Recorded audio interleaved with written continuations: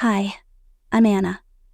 The ping of my phone sliced through the stillness of my Hartford apartment, sharp as a blade in the quiet of my living room. It was 7:43 p.m., Thursday, May 15, 2025, and the family group chat flared to life with a message titled, "A Decade of Love."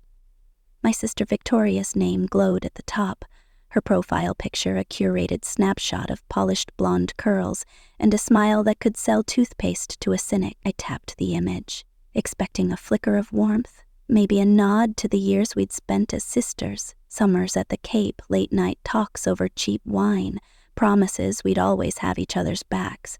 Instead, the screen loaded a dagger dressed in gold filigree. The invitation was a masterpiece of elegance. Victoria and James Harper's 10th anniversary gala, set for Saturday at the Willow Creek Country Club in Greenwich, Connecticut. Hosted by the Harper and Walsh families, it read, with names listed in crisp calligraphy: Mom, Dad, cousins, aunts, uncles, everyone but me. I sat, frozen on my thrift store couch, the glow of my phone casting jagged shadows across my hands. My chest tightened, a dull ache spreading like ink in water. I zoomed in on the invitation, searching for a typo, a glitch, anything to explain why my name, Anna Harper, wasn't there.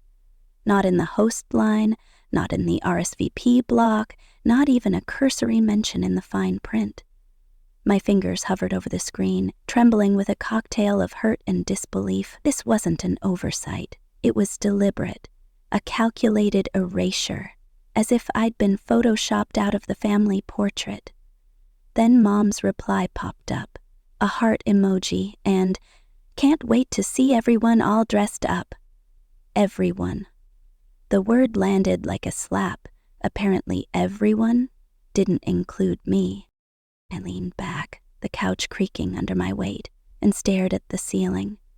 The apartment was small, a one-bedroom I'd rented after leaving my nonprofit job in Boston to take a director role at a literacy foundation in Hartford. It was my sanctuary, filled with books, a coffee maker that hissed like an old friend, and a view of the city skyline that reminded me I'd built something on my own. But tonight, that sanctuary felt like a cage. My family, my parents, my sister, her perfect husband James, had drawn a line, and I was on the wrong side of it. I typed, "I'll be there," and hit send before I could overthink it. The words stared back at me, bold and final. I wasn't going because I wanted their approval. I was going because sometimes dignity means showing up where you're not wanted, chin high, heart armor. By Saturday, I was behind the wheel of a rented Toyota Camry, the Connecticut Turnpike stretching out in a blur of autumn reds and golds. The drive to Greenwich felt like crossing into enemy territory, each mile marker a countdown to a confrontation I hadn't asked for.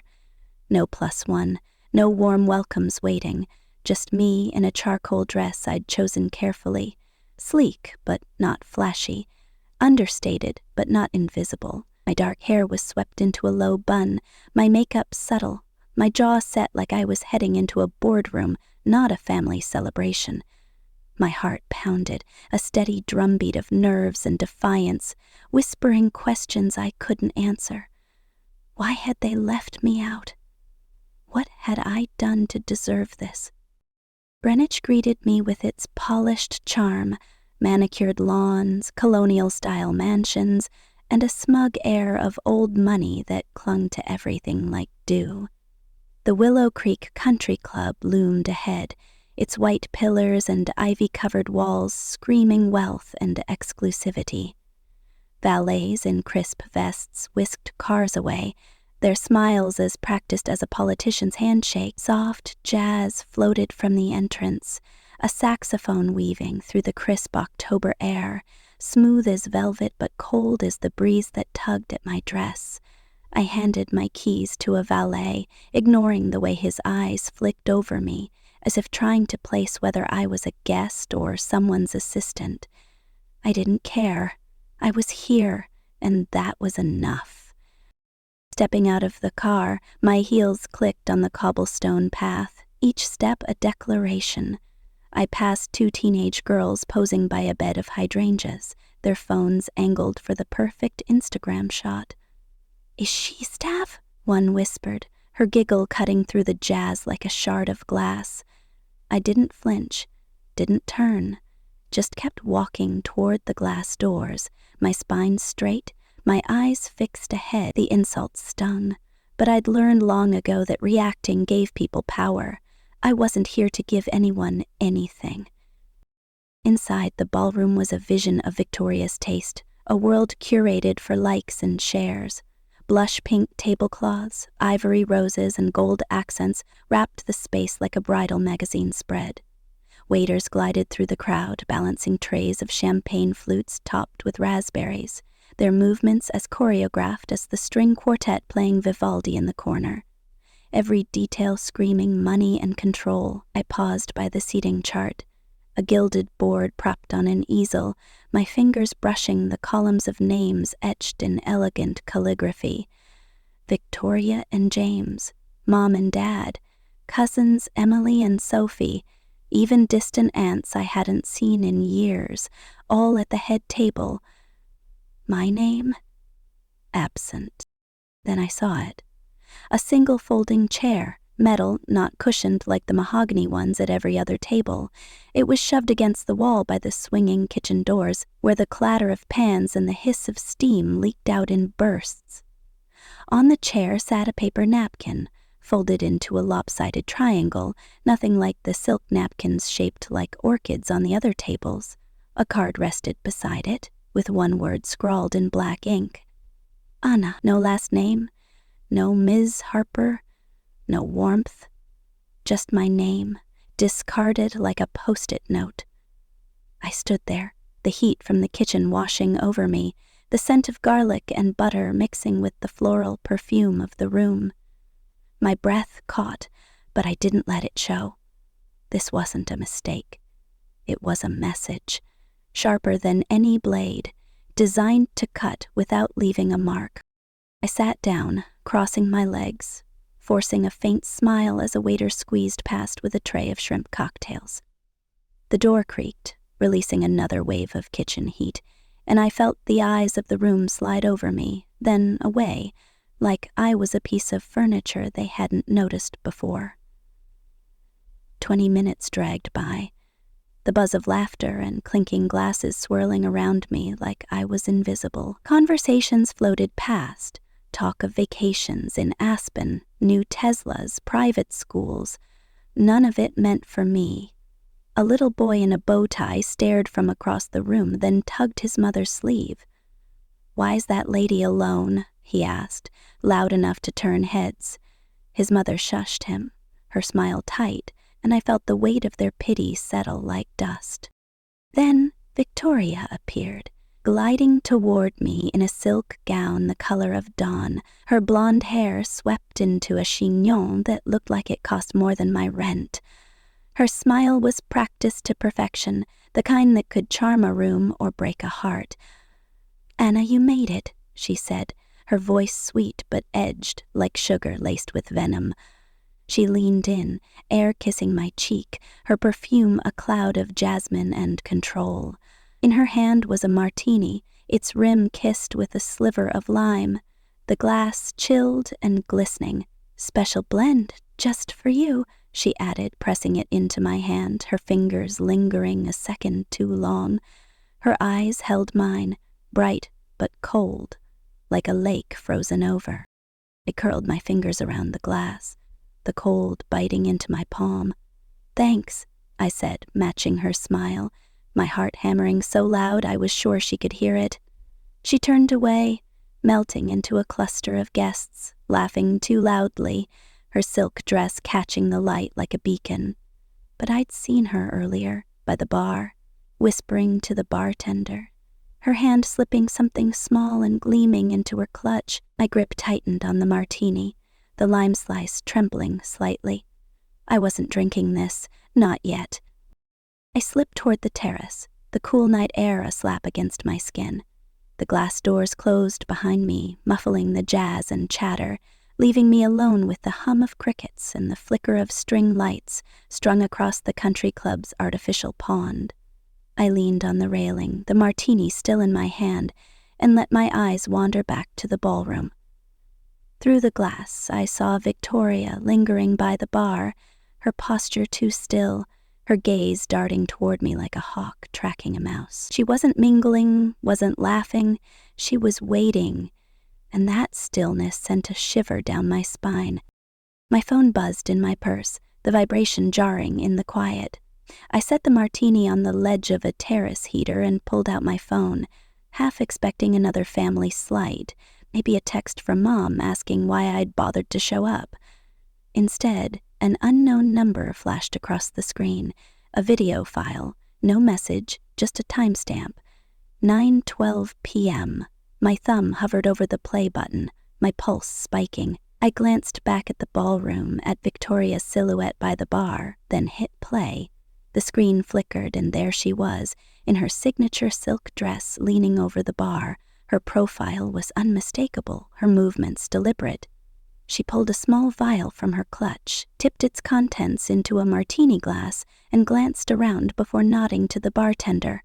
"Make sure she's out of the picture tonight," she whispered, her voice clear as a bell despite the low quality of the video. My blood ran cold, the phone trembling in my hand. The martini on the ledge suddenly felt like a grenade, its lime slice glinting like a warning.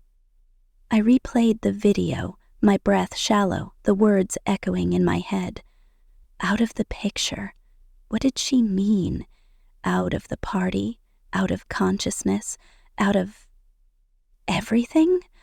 My mind raced, piecing together the clues, her whisper to the bartender, the vial, the way her eyes had lingered on me when she handed me the drink. This wasn't just a snub. This was something darker, something I hadn't seen coming. I stepped back into the shadows of the terrace, my heels catching on a loose stone in the pavement. I stumbled, the martini nearly slipping from the ledge, my heart lurching as I caught it just in time. A waiter passing by glanced my way, his brow furrowing. "You okay, miss?" he asked, his voice casual but curious. I nodded, forcing a smile, my mind screaming, "Just needed some air," I said, my voice steadier than I felt. He shrugged and moved on, but the close call left my hands shaking.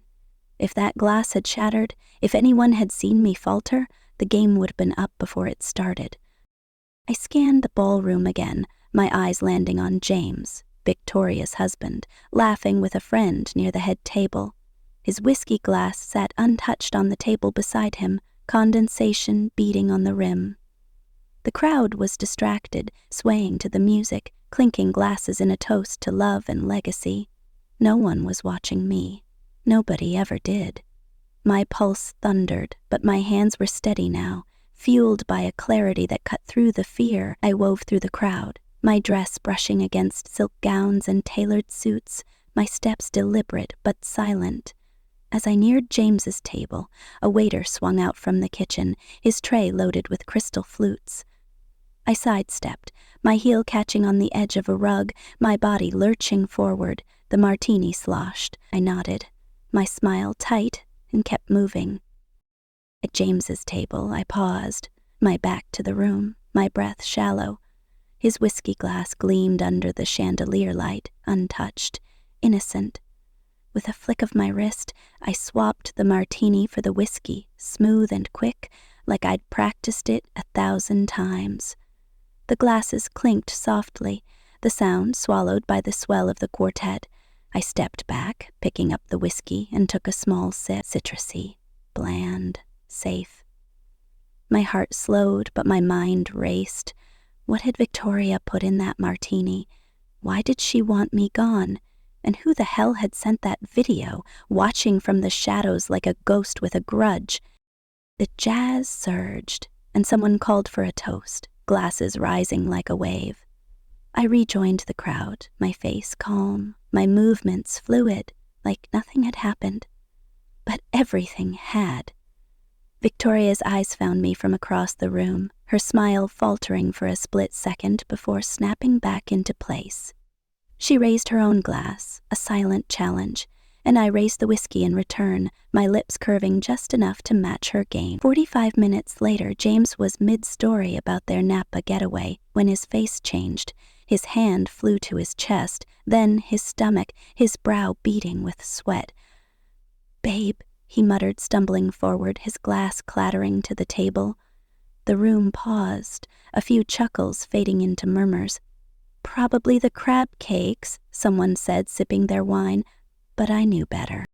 Victoria's smile locked in place, her eyes darting to the martini glass I'd never touched, then to me.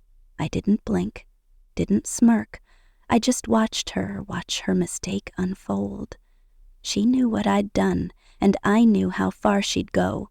The night was unraveling, and I was no longer just a guest. I was a player in a game I hadn't chosen, but one I was determined to win. Who had sent that video? What else did they know? And what was Victoria planning next, now that her poison had found the wrong target? I slipped toward the hallway, my heels silent on the marble floor, the weight of the whiskey glass grounding me. The questions burned hotter than the liquor. Why had my sister turned against me? What was she hiding behind that perfect smile? And how far would this game go before one of us broke? The hallway stretched before me like a gauntlet, the marble floor gleaming under the dim glow of sconces, each step echoing like a heartbeat in the quiet. The whiskey glass in my hand felt heavier than it should, its citrusy tang lingering on my tongue, a reminder of the safe choice I'd made. James's stumble, the sweat on his brow, the way Victoria's smile had cracked. It all replayed in my mind, a loop of betrayal and suspicion. I'd swapped the martini, saved myself from whatever she'd planned. But the weight of that video, the anonymous clip showing Victoria spiking my drink, pressed against my chest like a stone. Who had sent it? What did they want? Why did my sister, my own flesh and blood, want me out of the picture? I slipped past the coat rack near the back exit of the Willow Creek Country Club, the muffled jazz from the ballroom fading into a distant hum. The air outside hit me like a cold slap, the October night sharp with the scent of pine and damp earth. I needed space, air, a moment to think. The terrace was too exposed, so I moved toward the side garden, where fairy lights twinkled like stars caught in the hedges. My heels sank into the grass, and I cursed under my breath, steadying myself against a stone bench. The video was still open on my phone, Victoria's silhouette frozen mid-matement, pouring that vial into the martini. I replayed it, my thumb trembling, the bartender's nod burning into my memory. "Make sure she's out of the picture tonight," she'd said. The words clawed at me, each syllable a question I couldn't answer. A rustle in the bushes snapped me out of my thoughts. My head jerked up, my pulse spiking. The garden was dark, the fairy lights casting long shadows that twisted like fingers. "Who's there?" I called, my voice sharper than I intended. Silence answered, but the hairs on my neck stood on end. I stepped back, my heel catching on a root, and I stumbled, the whiskey glass slipping from my hand. It hit the ground with a soft clink, rolling into the grass. I froze, my breath shallow, scanning the darkness. A flicker of movement, a shadow darting behind a tree. My heart hammered. Was someone watching me? The same person who'd sent the video? Or someone Victoria had sent to make sure her plan worked? I crouched to retrieve the glass, my eyes locked on the tree line, when a golf cart roared around the corner, its headlights blinding. I dove into the bushes, thorns scraping my arms, my dress catching on a branch. The cart swerved, missing me by inches, its driver, a groundskeeper, oblivious, muttering about late-night rounds. I stayed low, my breath ragged, the sting of the scratches grounding me. If I'd been a second slower, that cart would have hit me, and no one would have called it an accident. I stood, brushing dirt from my dress, my mind racing. The video wasn't just evidence, it was a lifeline, A warning. I needed to know more. I opened my phone again, my fingers flying to the cloud drive where I kept my records. Years ago, I'd invested 30% in Victoria and James's eco-friendly startup, a solar energy nonprofit that promised to light up lives. I had written the first check, not because they begged, but because Victoria had looked me in the eyes over dinner one night and said, "This will lift us all." I believed her then. I pulled up the scanned copy of the original agreement. Anna Harper, 30% silent investor, clear as day. Then I opened the 2022 revision, the one they'd sent during a refinancing round. My name was gone, replaced by a footnote. Per request, silent investor reference removed. My mouth went dry, not from grief, but from clarity. They hadn't just erased me from their party. They'd erased me from their legacy. Legally, intentionally. I leaned against the bench, the cold stone biting through my dress. The startup had been my lifeline too, a way to stay connected to my family despite the growing distance. I'd co-signed a loan in 2010 when their dream was crumbling, my signature saving their mortgage during the recession. My title as director of a statewide literacy nonprofit had anchored their early grant applications, giving them credibility when investors hesitated. But now, I was a ghost in their story, written out like a character who'd served her purpose. A soft chime from the ballroom pulled me back. The lights dimmed, signaling the start of the speeches. I slipped inside, the whiskey glass abandoned in the grass, my hands empty but my resolve ironclad. The room shimmered with privilege, guests sipping champagne, their laughter a polished veneer. Victoria and James stood at the head table, arms around each other, beaming like a magazine cover for perfect couple. Victoria's voice cut through the air, smooth and confident. 10 years of building a life with this incredible man, she began, her words dripping with rehearsed charm.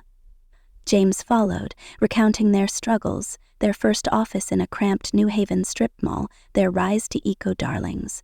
They thanked Mom and Dad, James's brother, their friend Claire, who'd introduced them to a key investor. The word family echoed, vague and sterile. My name never came. I sat still, my back straight, my hands folded in my lap. Every head turned toward the head table, clapping, smiling, oblivious to the woman in the metal chair by the kitchen. I felt their glances, brief, pitying, confused, before they looked away. I smiled anyway, because that's what you do when the ground shifts beneath you. You pretend you meant to fall, but inside something was breaking, not with a scream, but with a quiet crack, like ice giving way under weight. As I stood to stretch my legs, a waiter swung through the kitchen doors, his tray overloaded with crystal glasses. I stepped back, but my heel caught on the rug's edge, my body lurching toward the swinging door. I caught myself on the wall, my palms slamming against the paneling, the sound swallowed by the applause. The waiter didn't notice, but a guest nearby, a woman in pearls, gave me a look that said I didn't belong. My heart raced, but I straightened, brushing my dress, refusing to let the near fall break me. I moved toward the bar, needing distance from the head table's glow. Claire, Victoria's former business partner, sidled up, her smile tired but warm. "It's brave of you to come," she said, her voice low like she was sharing a secret. I paused, my guard up. "Brave?" I asked. She hesitated, stirring her cocktail. "After everything? You know, the tension. You're practically extended family now, right?" The words hit like a punch. Extended family. I forced a smile, lifting my water glass. "Cheers to that," I said, my voice flat. She clinked her glass and wandered off, leaving me with the sting of her words. Extended family. They'd redrawn the boundaries, moved the furniture of belonging, until I had no place left. I stepped outside again, the night air sharper now, the string lights reflecting on the pond like a fractured mirror. I pulled out my phone, checking for messages. Nothing from Victoria, nothing from Mom or Dad. Just that video, sitting in my inbox like a loaded gun. I whispered to myself, this is how they close the door without slamming it? Then my phone buzzed again, the same unknown number. A new message. Check your investments. My stomach dropped. I knew where to look. I opened the cloud drive again, pulling up the startup's financials. The 2022 revision wasn't just a footnote. It was a betrayal. My 30% stake, gone. My contributions, erased. I wasn't just out of the family photo. I was out of the will. As I stood on the terrace, a shadow moved in the parking lot, a figure lingering by my rental car. My heart skipped, my fingers tightening around my phone. I stepped closer, squinting through the darkness, but a security guard's flashlight swept the lot and the figure vanished. Was it a thief? A guest? Or someone Victoria had sent to watch me? I backed away, my pulse racing, the night suddenly too quiet. I returned to the ballroom, my mind a storm of questions. Victoria was by the stage, laughing too loudly, her eyes darting to James, who'd returned from the restroom, pale but forcing a smile. He sipped water, his hand trembling slightly, and leaned close to her, whispering something that made her nod, her smile rigid. The MC, one of James's college buddies, tapped the microphone with a flourish. "Let's open the floor to family memories," he said, his voice too cheerful. To my shock, James raised his hand, unsteady but eager. "Why not?" he said, weaving toward the stage, his whiskey glass, my former Martini, still in hand. Victoria's expression shifted. Not alarm, not approval, but something else, like she'd forgotten to rehearse this part. James took the mic, laughing awkwardly. 12 years of marriage, he said, his voice thick like the alcohol, or whatever else, was still in his system. Stories pile up. Like the time our startup was tanking, we were in over our heads, Victoria and I, and it was Anna who saved us. The room froze, the air sucked out like a vacuum, heads turned toward me, eyes wide, forks paused midair. She wired the money, no questions, no judgment. James continued, his gaze finding me. Victoria didn't want to ask, but Anna said yes before we could explain. I've never forgotten that. I didn't move, my fingers loose around my water glass, my face a mask of calm. The silence was deafening, a moment before thunder. Then a smattering of claps, awkward murmurs, a cough from the back. Victoria's eyes locked on James, her smile gone, replaced by something brittle, like a vase teetering on a shelf. He hadn't meant to say it. It had slipped, raw and real, and that made it worse. The truth had floated out, unfiltered. Impossible to ignore. As the dancing resumed, I stepped toward the side garden, needing air. A man in a dark jacket followed, his steps too deliberate. I quickened my pace, my heart pounding, but he matched me, his shadow looming in the fairy lights. I ducked behind a trellis, my breath shallow, until a group of kids chasing bubbles ran past, startling him. He retreated, but the encounter left me shaking. Was he one of Victoria's allies or something worse? I stood under the trellis, watching the kids, their laughter a stark contrast to the storm in my chest. A small girl, maybe 6, with curls and a velvet dress, tugged at my hem. "Are you a helper?" she asked, her voice sweet. "Mommy says this party's just for family." My throat tightened, but I knelt to her level, smoothing her hair. "I used to be," I said, forcing a smile.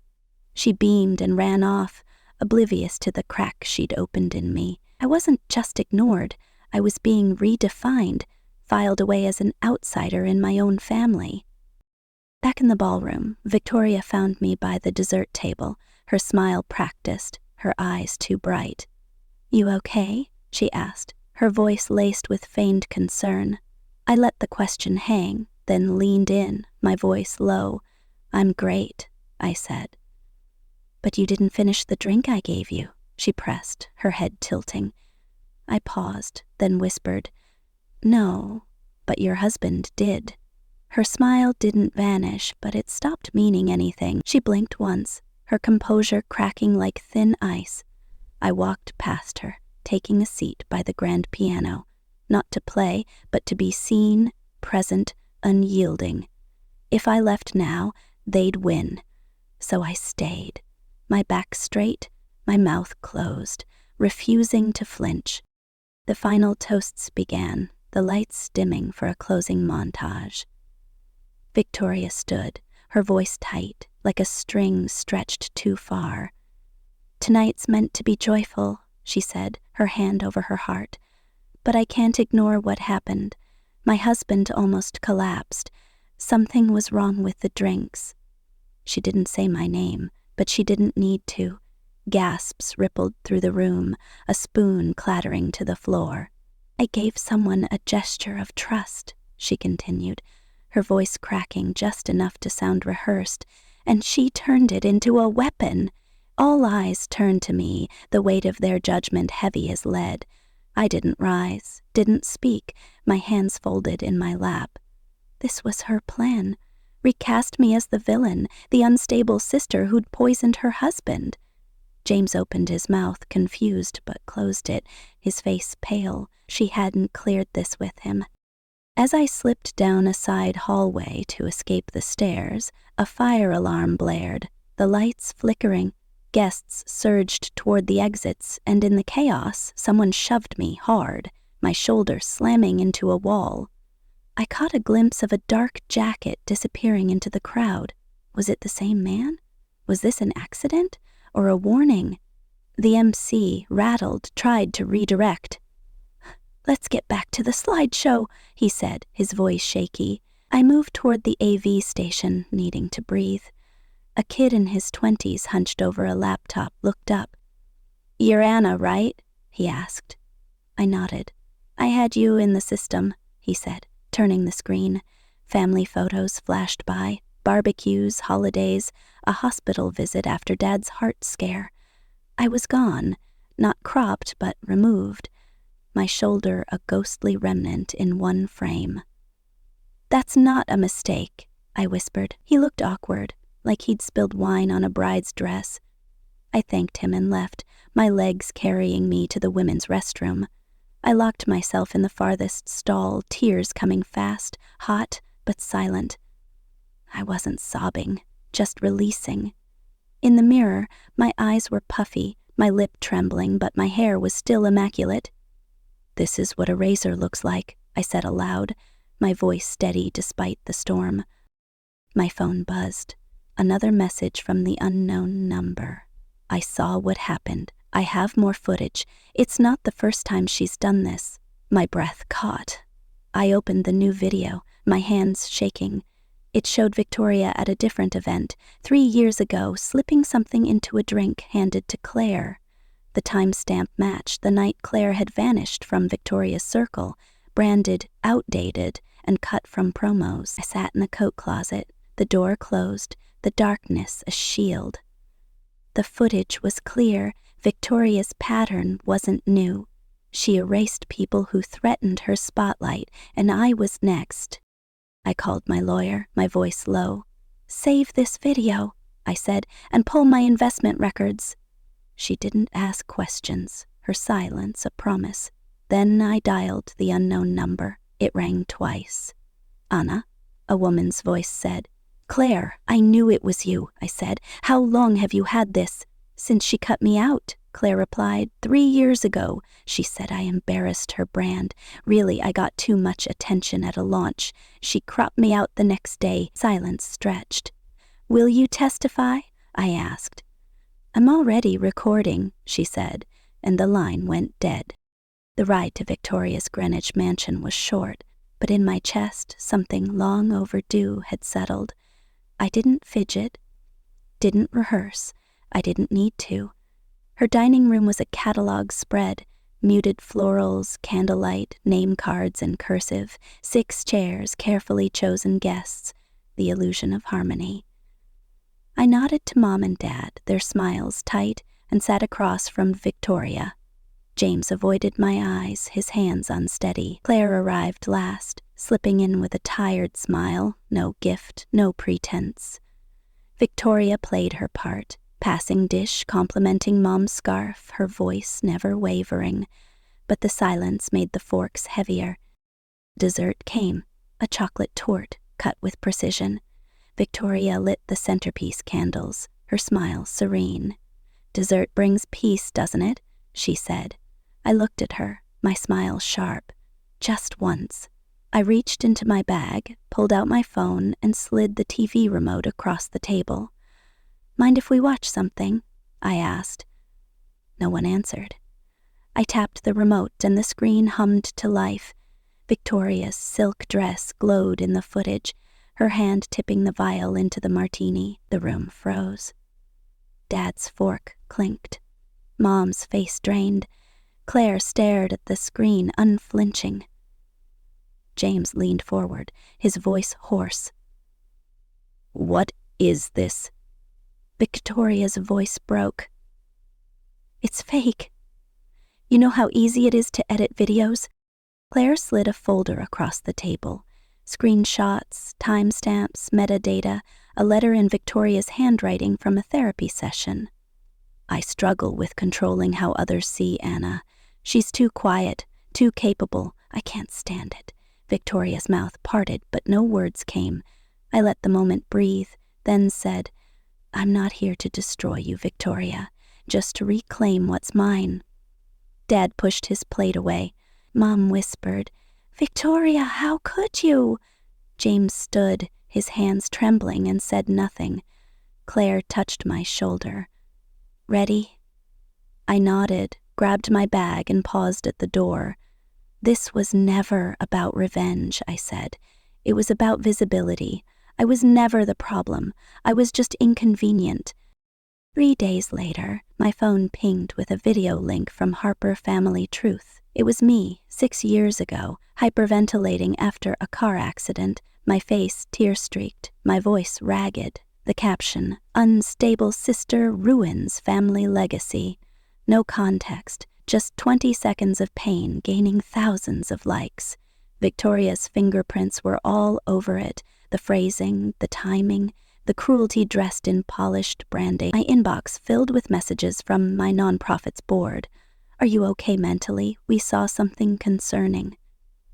I didn't answer.